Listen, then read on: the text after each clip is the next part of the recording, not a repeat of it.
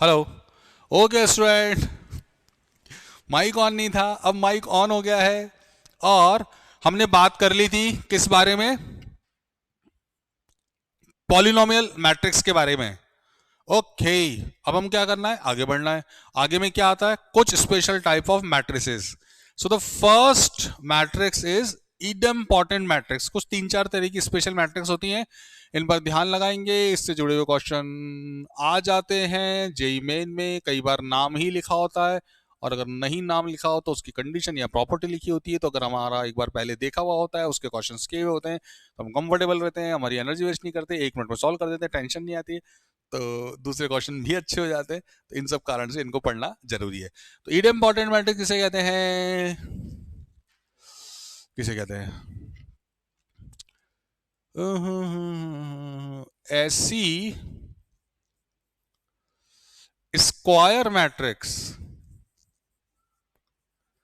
ऐसी square matrix नाम दे देते हैं, चलो ए। ऐसी स्क्वायर मैट्रिक्स ए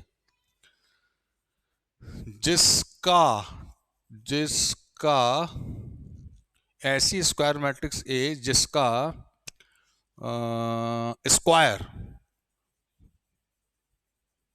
ऐसी स्क्वायर मैट्रिक्स ए जिसका स्क्वायर हमें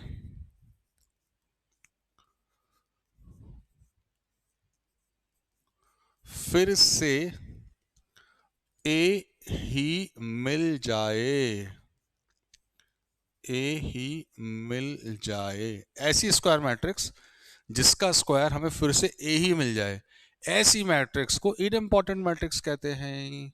सिंपल सिंपल सिंपल सिंपल। ऐसी मैट्रिक्स को इडम्पोर्टेंट इडम्पोर्टेंट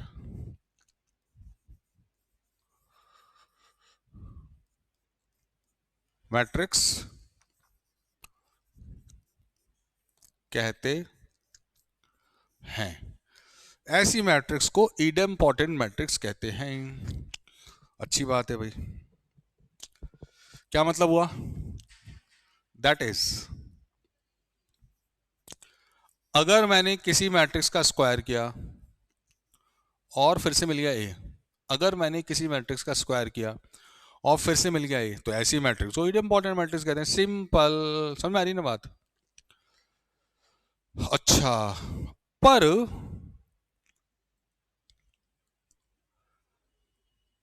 एक बात और नोटिस करो मेरे प्यारे प्यारे बच्चों, कि अगर ए स्क्वायर ए आ गया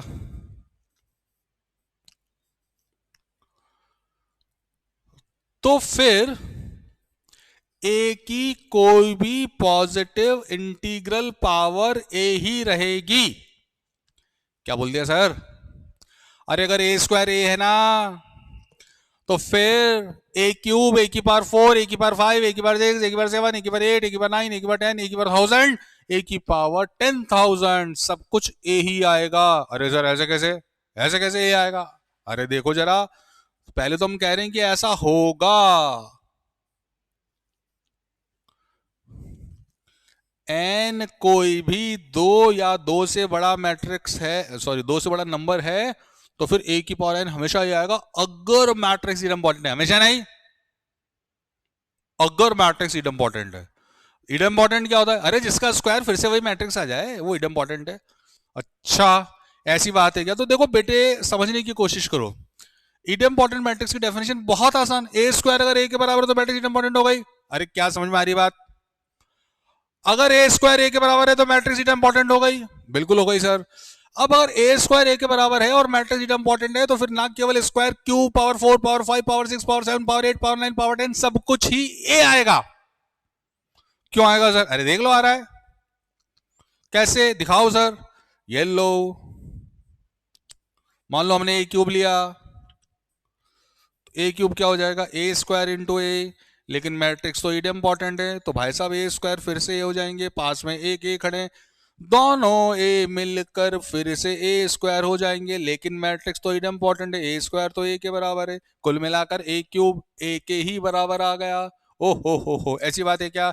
यस, ऐसी ही बात है, ए की पावर 4 लिखा, उसको लिख दिया ए स्क्वायर इंटू ए स्क्वायर, क्योंकि मैट्रिक्स इंपॉर्टेंट है, दोनों ए स्क्वायर ए के बराबर हो गया, तो जो ए स्क्वायर इंटू ए स्क्वायर था वो अब ए इंटू ए हो गया, और ए इंटू ए फिर से ए स्क्वायर हो गया, लेकिन ए स्क्वायर तो ए के बराबर है, तो ए की पावर 4 भी क्या आ गया, ए आ गया सर। अरे तो फिर ए की पावर 5 को देख लो, इसको हमने लिख दिया ए क्यूब इंटू ए स्क्वायर, लेकिन ए स्क्वायर तो ए के बराबर है, तो फिर ये हो जाएगा ए क्यूब इंटू ए, तो फिर ये हो गया ए की पावर 4, तो फिर ये हो गया ए स्क्वायर इंटू ए स्क्वायर, तो फिर ये हो गया ए इंटू ए, मतलब ये हो गया ए स्क्वायर, मतलब ये हो गया ए। अरे समझ गए? ओहो समझ में आ गई सर बात। ओके ओके ओके, ये कहानी है क्या? Is this the story? Yes yes yes yes, this is the story. Okay, किसी मैट्रिक्स का स्क्वायर कर लिया और फिर से वही मैट्रिक्स आ गई।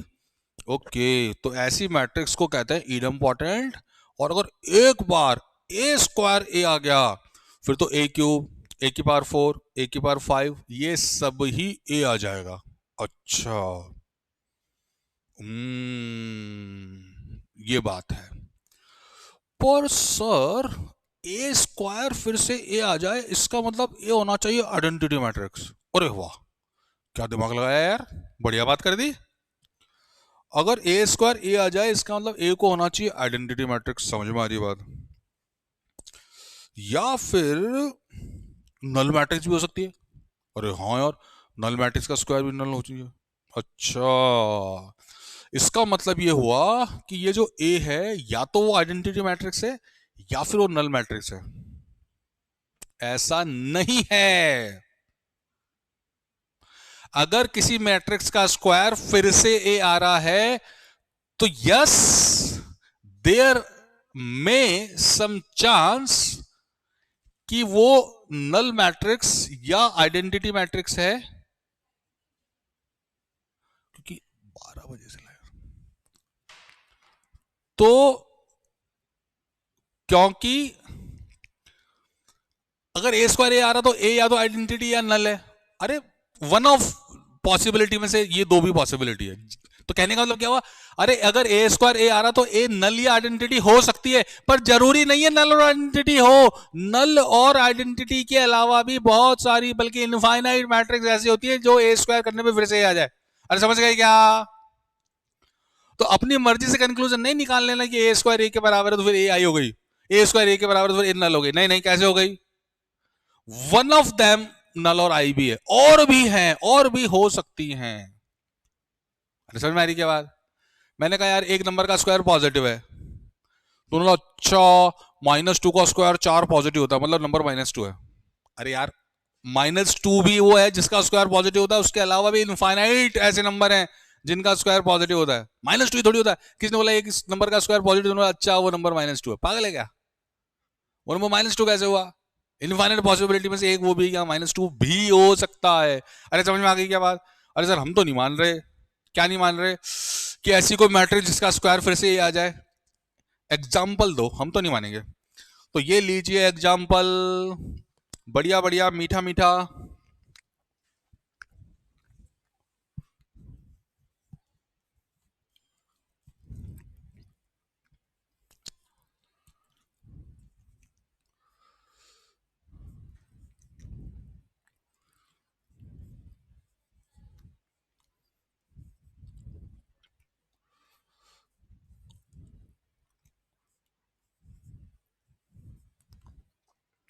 ये लो, करो जरा इसका स्क्वायर, करो।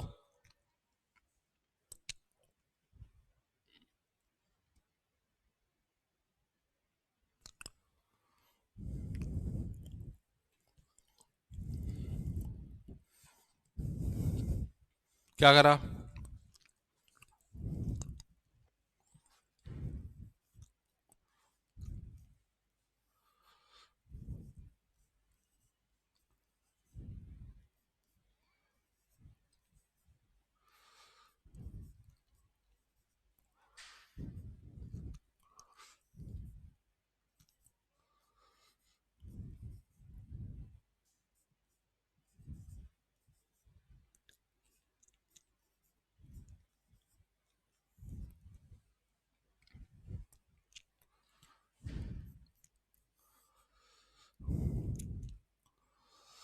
तो आता है ना मल्टीप्लाई करना अपन को, 4 + 2 -4, फिर ये आ जाएगा -4 -6 +8, फिर ये आ जाएगा -8 +12, फिर सेकंड रो से चलेंगे तो -2 -3 +4, फिर 2 + 9 -8, फिर चलेंगे तो 4 + 12 -12, फिर चलेंगे तो 2 + 2 -3, फिर चलेंगे तो -2 -6 +6, फिर चलेंगे तो -4 -8 +9। अरे वाह, आ गया हमको तो मल्टीप्लाई करना। तो कितना आ रहा, 2, ये कितना आ रहा -2, ये कितना आ रहा -4, ये कितना आ रहा है -1, ये कितना 9 2 11 -8 3, ये कितना आ रहा 4, ये कितना आ रहा है 1, ये कितना आ रहा 6 से 6 कट गया -2, और ये कितना आ रहा है -3। ये तो a के बराबर है, इसलिए ये मैट्रिक्स इडम्पोर्टेंट मैट्रिक्स है। सुंदर जवाब, बढ़िया लगा देखकर। आओ कुछ नई बातें करें। अरे समझ में आ गया क्या? अरे मामला समझ में आ गया ना? अरे बड़े हो गए ना? चलो, दूसरी मैट्रिक्स है हमारी निलपोटेंट मैट्रिक्स। अरे सर कैसे नाम है ये, आए कहां से हैं, मुझे भी नहीं पता, किताबों में लिखा है। अब क्यों नाम ये है पता नहीं, मतलब नील का मतलब नील, इडम्पोर्टेंट का तो कुछ लॉ भी होते हैं सेट थ्योरी में, तो ना इडम्पोर्टेंट लोग कुछ मीनिंग निकाल सकते हैं, बंदे देख दुखा के, जरूरत नहीं पड़ी, मैंने निकाला नहीं यार काम चल रहा है, बस जरूरत नहीं पड़ी है ना कि इडम्पोर्टेंट लॉ एक सेट थ्योरी में होता है ना। अब वो क्या होता है पता नहीं, मुझे याद नहीं आ रहा, शायद कुछ ए इंटरसेक्शन यूनिवर्सल करेंगे तो फिर से ए आ जाएगा, इसको और ए यूनियन 5 करेंगे तो फिर से आ जाएगा, शायद इसको कहते हैं 99.9%। लेकिन ऐसे मतलब सवाल नहीं आता कि इडम्पोर्टेंट लॉ क्या होता है या इससे ऐसे नहीं आता सेट थ्योरी में। तो आता क्या वो हमको पता है, जैसे ए इंटरसेक्शन 5 5 आ जाएगा, ए इंटरसेक्शन यूनिवर्सल ए आ जाएगा, लाइक दैट। तो अपन को पता है क्या आता, तो वो बस वो ही पता होना चाहिए, वो लिखना आना चाहिए, वो ऑपरेशन पता होना चाहिए, उतना अपन को पता होता है उससे काम चल जाता है, नाम की इतनी इंपॉर्टेंस नहीं है। लेकिन मैट्रिक्स के केस में है, मैंने मतलब देखा है सवाल बने हुए इड इंपॉर्टेंट, कई बार ऐसे शुरुआत होती है क्वेश्चन की, there is a square matrix idempotent such that A square बराबर है, ऐसा लिख देते हैं वो। तो सर लिख तो देते ही है ना, हाँ लिखना भी चाहिए ना, जरूरी नहीं है कोई बच्चा पढ़ पढ़ा कर आया हो, अच्छे से सीख कर आया हो, लेकिन अगर उसको इड इंपॉर्टेंट की डेफिनेशन नहीं आती तो वो फंस जाए, क्योंकि इड इंपॉर्टेंट ऐसे कोर पार्ट की डेफिनेशन नहीं है। लेकिन हम इसलिए पढ़ लेते हैं बच्चों की पढ़ा हुआ है देखा हुआ, तो जब नाम सुनेंगे तो घबराएंगे नहीं, कई लोगों को उसी से अटपटापन आ जाएगा कि यार ईड इंपॉर्टेंट पता नहीं क्या लिख दिया पेपर पर, अगर उसने पहले नहीं सुना हुआ है, फिर वो ए स्क्वायर और ए लिखा हुआ देखने के बाद भी कॉन्फिडेंट फील नहीं करेंगे, क्वेश्चन को रिलेट करने में टाइम लगा देंगे, ईड इंपॉर्टेंट मतलब ए स्क्वायर ए है, या ईड इंपॉर्टेंट भी है और ए स्क्वायर ए अलग से कुछ भी है, मतलब है ना ऐसे कंफ्यूजन। पहली बार कोई शब्द देखोगे तो होगा ही ना, और फिर जब हम जेई का पेपर दे रहे हैं तो वहां पर ड्यूरिंग द टेस्ट आप जानते हो एक एक मिनट कितना क्रूशल हो जाता है हमारे लिए, तो वहां फिर ऐसी टेंशन ना आए, इसलिए जो साइड लाइन की डेफिनेशन है हम गो थ्रू तो होंगे। ओके, तो इड इंपॉर्टेंट से गो थ्रू हो गए, अब निल इंपॉर्टेंट। अब ऐसे कोई बहुत अर्थ नहीं निकालें इसका, लेकिन अगर मैं निकालूं तो यहाँ निल से मतलब जीरो से है, तो ऐसी मैट्रिक्स जिसकी कोई पॉजिटिव इंटीग्रल पावर जीरो हो जाती है, जैसे एक मैट्रिक्स ए है, हमने स्क्वायर किया कुछ आ गई, फिर क्यूब करा कुछ आ गई, फिर पावर 4 करा और वो जीरो आ गया, तो कुछ देर चलने के बाद कुछ पावर उसकी जब नल मैट्रिक्स में कन्वर्ट हो जाती, तो ऐसी मैट्रिक्स को हम निलपोटेंट मैट्रिक्स कहते हैं, ठीक है ना। ऐसे देखो, जैसे कोई मैट्रिक्स है, अच्छा ये अपन ने पहली बात कर ली, अगर ए स्क्वायर ए क्यूब ए की पावर 4 की बात करनी है तो मैट्रिक्स का स्क्वायर मैट्रिक्स होना जरूरी है। बढ़िया बात है सर, हाँ ये तो समझ में आता है। तो मैट्रिक्स जो है वो हमारी अगर हम ए स्क्वायर ए क्यूब करने जा रहे हैं तो वो स्क्वायर मैट्रिक्स होना जरूरी है, तो बार बार मैं लिखूंगा नहीं। ए स्क्वायर कर रहा हूँ मतलब ए स्क्वायर मैट्रिक्स है, ए क्यूब कर रहा हूँ मतलब ए स्क्वायर मैट्रिक्स है, ए की पावर 10 की बात कर रहा हूँ मतलब ए एक स्क्वायर मैट्रिक्स है। ओके, अब आप ऐसे देखो जैसे ए की पावर 1 ए है, बढ़िया बात है सर। फिर मैंने ए स्क्वायर करा तो वो ए स्क्वायर आ गया, हाँ आएगा ही सर।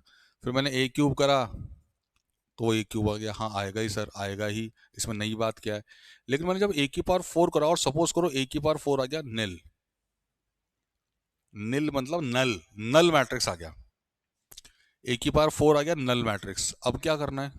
अच्छा, अब इससे क्या होता है ना बेटे, अब जैसे मैंने ए की पावर 5 निकालने की कोशिश करी तो अब अपन फंस गए, फंस गए से मतलब अब कुछ होगा नहीं।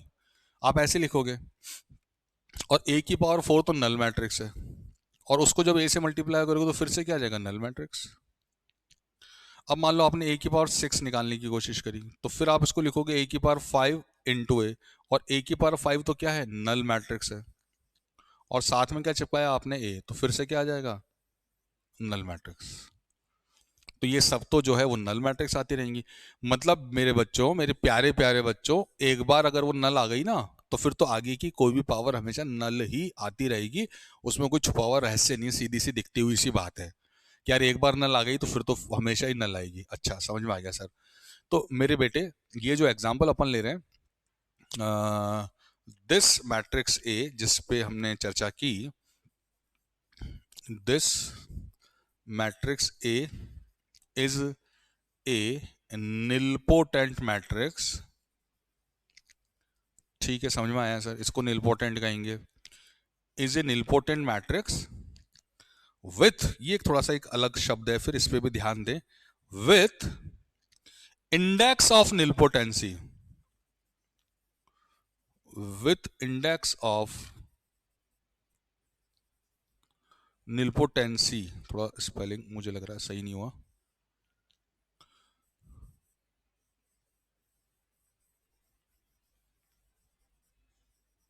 अब सही। With index of nilpotency 4। अच्छा, क्या मतलब हुआ बेटे? जब वो पहली बार कब जीरो बनी थी? 4 पे। कई बार इसका कोई अर्थ और ना निकाल लें, क्या सर और क्या अर्थ निकलेगा?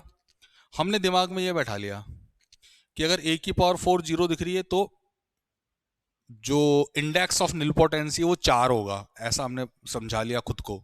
ये गलत समझा लिया, ये दिक्कत हो जाएगी इससे।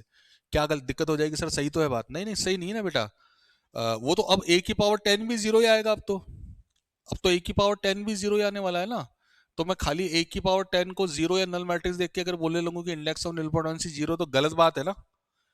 जीरो थोड़ी है, वो तो 4 है, सॉरी 10 है। अगर मैं भी बोलने लगूं कि इंडेक्स ऑफ निलपोटेंसी 10 है तो गलत बात है ना। 10 थोड़ी इंडेक्स ऑफ निलपोटेंसी, वो तो 4 है ना बेटा, 10 थोड़ी है। अच्छा, ये भी चेक करेगा सर? हाँ।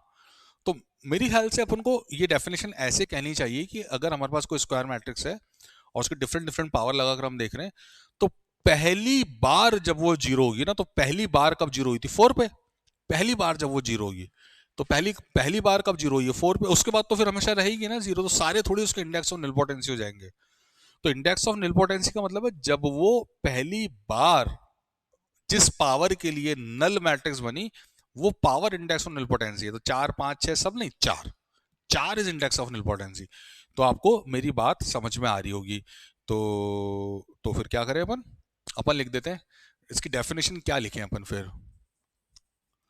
तो इसकी डेफिनेशन में अपन को कुछ ना कुछ अच्छे से लिखना पड़ेगा जिससे हम कंफ्यूज ना हो। तो इंडेक्स ऑफ निलपोटेंसी में फिर अपन लिख देते हैं की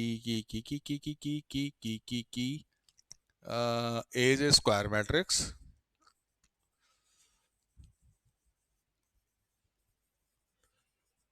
is a square matrix such that ton ton ton ton ton such that नीचे लिखते हैं such that a to the power p is null।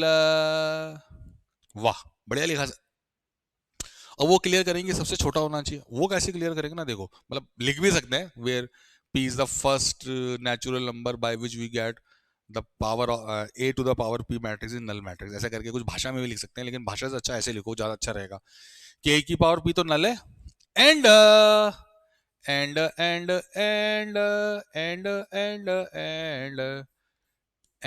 And and क्या समझ आया? अरे क्या समझ में आया? ए की पावर पी नल है, लेकिन ए की पावर पी माइनस वन नल नहीं है। टोड़ेंग टोड़ेंग टोड़ेंग, समझ में आ गया ना? मतलब क्लियर हो गया ना कि यार चार, ए की पावर चार तो जीरो हो लेकिन उसे कम वाला जीरो नहीं हो, तो ए की पावर चार तो जीरो लेकिन ए की पावर थ्री तो जीरो नहीं है। अब अगर आप बोलो सर ए की पावर छह जीरो है, लेकिन छह जीरो है तो पांच भी तो जीरो है, उससे एक कम वाला भी जीरो है, मतलब जीरो करने पैदा करने वाला छह नहीं है, उसके पहले किसी ने पैदा कर दिया जीरो को, छह तो उसका कॉन्सिक्वेंस है कि अगर उससे पहले कभी जीरो आ चुका है तो अब ए की पावर छह भी जीरो आएगा। अच्छा अच्छा अच्छा, इसका मतलब ए की पावर पांच जीरो आ रहा है तो इंडेक्स ऑफ निलपोटेंसी पांच होगा। अरे नहीं, वो कब होगा? आप देखो कि ए की पावर पांच तो जीरो होना चाहिए, लेकिन ए की पावर चार नहीं होना चाहिए। फिर ए की पावर चार ना हो और ए की पावर पांच हो, मतलब ए की पावर पांच ने जीरो पैदा किया तो इंडेक्स ऑफ निलपोटेंसी पांच होगी। लेकिन हमारे एग्जांपल में हम देख रहे हैं ए की पावर पांच भी नल है और ए की पावर चार भी नल है, तो नल पैदा करने वाला पावर पांच नहीं है, चार हो सकता है। देख लो कहीं तीन से तो पैदा नहीं हुआ था, तो ए की पावर चार नल है लेकिन ए की पावर थ्री नॉन नल है। तो पहली बार नल किसने पैदा किया? चार ने। तो ये डेफिनेशन बढ़िया सेट हो रही है कि यार ए की पावर पी तो नल हो और उससे कम वाला नल नहीं होना चाहिए, तो फिर पहली बार नल वो पी पे हुआ है। अरे समझ गए ना? तो ये डिजाइन का ये महत्व हो गया। बढ़िया लगा सर, बढ़िया बात है। तो अगर ऐसा है A J square matrix as that A to the power P, मतलब ए की पावर पी तो नल मैट्रिक्स है और ए की power P minus null matrix नहीं है, where P belongs to N, where P belongs to N, then we say that A is a nilpotent matrix. Toning, toning, toning, toning, toning, toning, toning, toning, toning. Nilpotent matrix with index of nil, अरे m क्यों बन रहा भाई, n बनाना है, with index of nilpotency is p, with index of nilpotency p।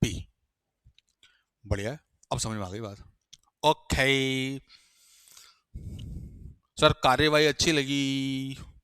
अच्छा, तो किसी matrix की square, cube, four, five, six power करते करते कभी ना कभी वो जीरो भी हो सकती है, ये भी अच्छा डिजाइन है यार, हो सकती है। सर आप थ्योरेटिकल तो अच्छा लगा, एग्जाम्पल दो। मन नहीं मान रहा हमारा, हमारा मन कह रहा है यार पता नहीं होगी नहीं होगी, ऐसी कोई मैट्रिक्स लो, गर्मा गर्म एग्जाम्पल लो। तो हमने लिए गर्मा गर्म एग्जाम्पल, एग्जाम्पल। ओए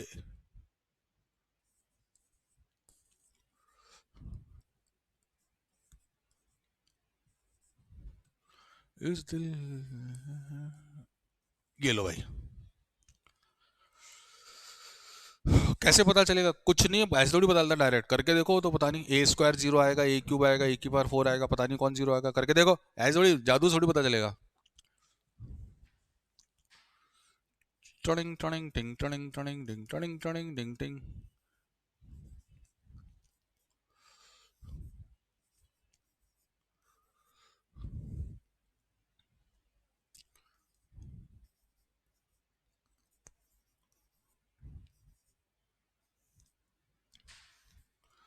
इस दिल की बातों में जो आते हैं।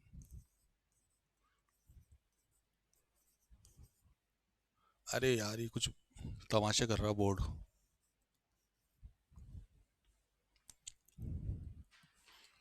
थोड़ा स्लो रेस्पॉन्ड कर रहा है ना, तो पहले दिखता नहीं, बाद में वापस वो भी लिखा हुआ आ जाता है। कभी कभी बहुत फास्ट लिखते हो तो ऐसा हो जाता है।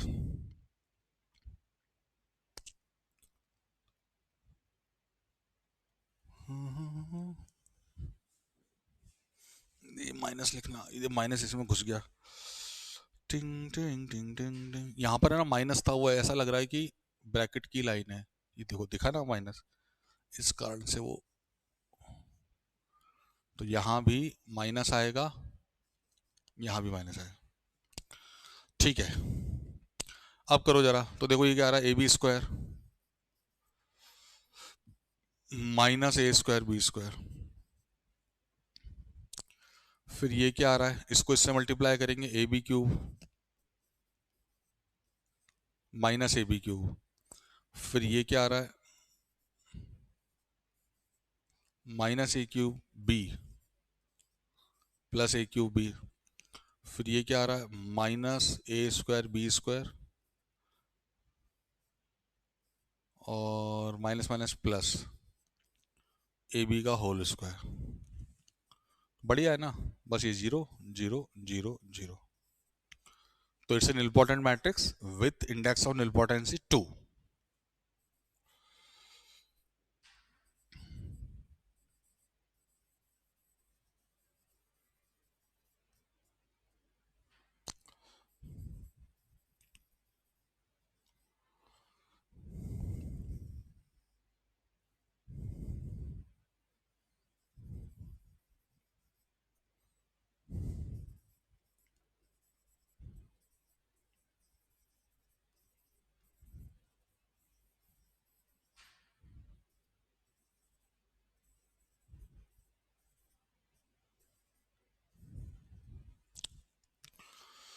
सही है बहादुर बच्चों। एक और एग्जांपल लो। ओ बहादुर बच्चों, ओ बहादुर बच्चों, ओ बहादुर बच्चों, एक और एग्जांपल ले लो।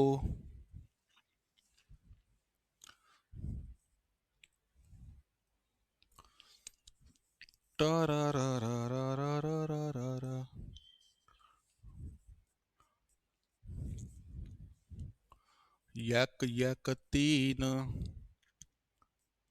5 2 6 -2 -1 3, इसको चेक करो, जल्दी चेक करते हैं ना।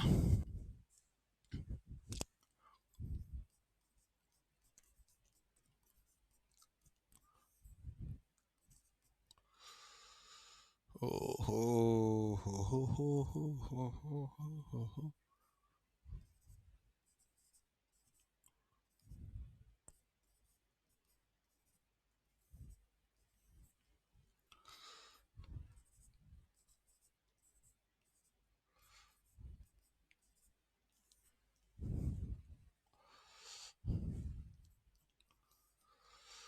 ये तो मुझे जीरो दिख रहा है, फिर ये मुझे दिख रहा है एक दो, अरे ये भी जीरो आ रहा है, इसका भी ऑर्डर टू ही है क्या,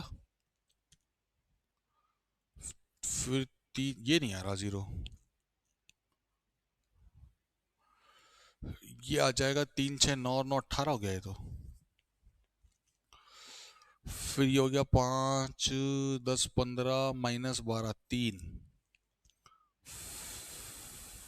5 10, ठीक है।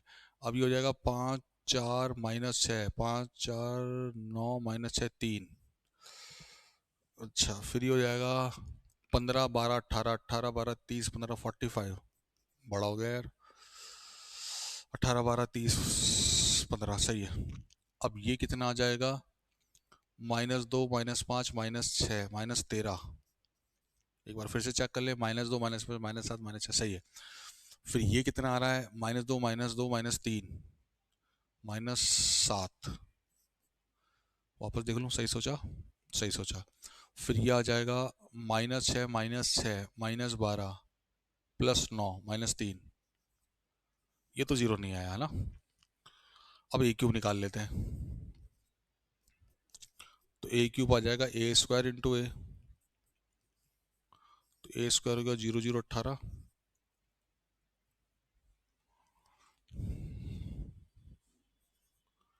3 3 45 -13 -7 -3,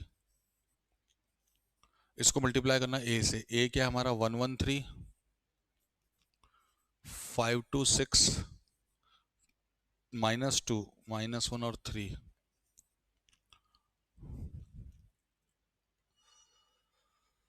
कुछ गड़बड़ हो गई है तो, क्योंकि एक क्यूब भी नहीं आ रहा तो बहुत बड़ा हो जाएगा ये तो। चेक करें।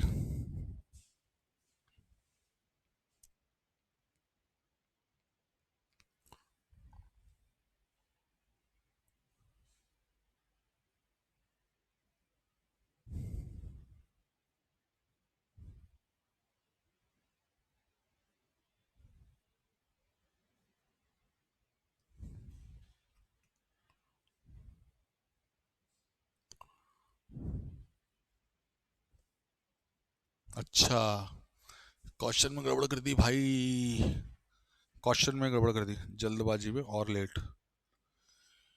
ये -3 आएगा, क्वेश्चन में यहाँ माइनस है, तो यहाँ माइनस है तो फिर यहाँ भी माइनस है और यहाँ भी माइनस है। ठीक है, तो इससे क्या होगा कि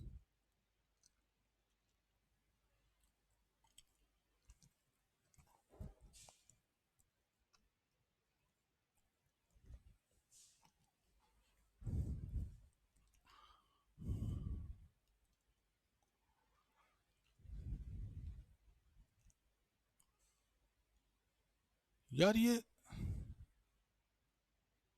अच्छा वहां से लिखा था, ठीक है। तो इस कारण से 3 6 9 -9, अब ये 0 हो जाएगा। एक तो ये चेंज आएगा, इसका इसके साथ चेंज आएगा, इसका इसके साथ कोई चेंज नहीं आएगा, इसका इसके साथ कोई चेंज नहीं आएगा, इसका इसके साथ चेंज आएगा, तो वो अब हो जाएगा 15 12 27 -18, 9 होना चाहिए ना। देखो एक बार, 15 और 12 27 -18, 9 होना चाहिए, सही है। अब इसका इसके साथ चेंज आएगा, तो ये आएगा -2 -5 -7 +6, तो इसकी जगह पर आएगा 1, और ये आ जाएगा -2 -2 -4 +3, तो -1, और इसकी जगह पर आएगा -6 -12 +6, तो इसकी जगह पर आएगा -6। देखना जरा एक बार, 0 0 0 3 3 9, -1 लास्ट वाले में फिर दिक्कत लग रही है, -6 -6 -12 +9 -3 आएगा ये। अब सही है, ठीक है। तो एक तो यहाँ माइनस लगाना है, एक A² चेंज करना है। कौन से एलिमेंट, ये वाले और ये वाले। तो ये एलिमेंट, एक मिनट, ये एलिमेंट क्या है, 0 9 1 -1 -3, ठीक है। अब करो जरा भगवान का नाम लेके। ठीक है, तो ये 0 0 0, ये 0 के साथ 0, ये 0 के साथ सब 0, ठीक है। अब ये कितना आ जाएगा, 3 15 18 -18 0, ठीक है। फिर ये 3 6 9 -9 0, ठीक है। फिर ये 9 18 और -27, सही है। फिर ये हो जाएगा 1 -5, यहाँ क्या हो रहा है,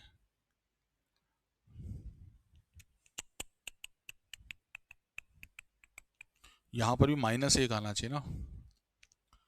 कौन सा एलिमेंट है ये वाला, कैसे आएगा, इसके साथ ये 6 माइनस, ये -1 आएगा, हाँ। तो -1 -5 +6, सही है, 0 आ रहा है। फिर -1 -2 +3, 0 आ रहा है। फिर -3 -0 आ रहा है, ठीक है। वो एक जगह गलती होती है ना, फिर या तो पूरा लिख के साफ वापस कर लो, लेकिन थोड़ा जल्दबाजी में फिर ऐसा हो जाता है। चलो ठीक है, कोई बात नहीं। तो ये अपने एक मैट्रिक्स देखी जिसका क्यूब 0 है, इसका मतलब A is a nilpotent matrix.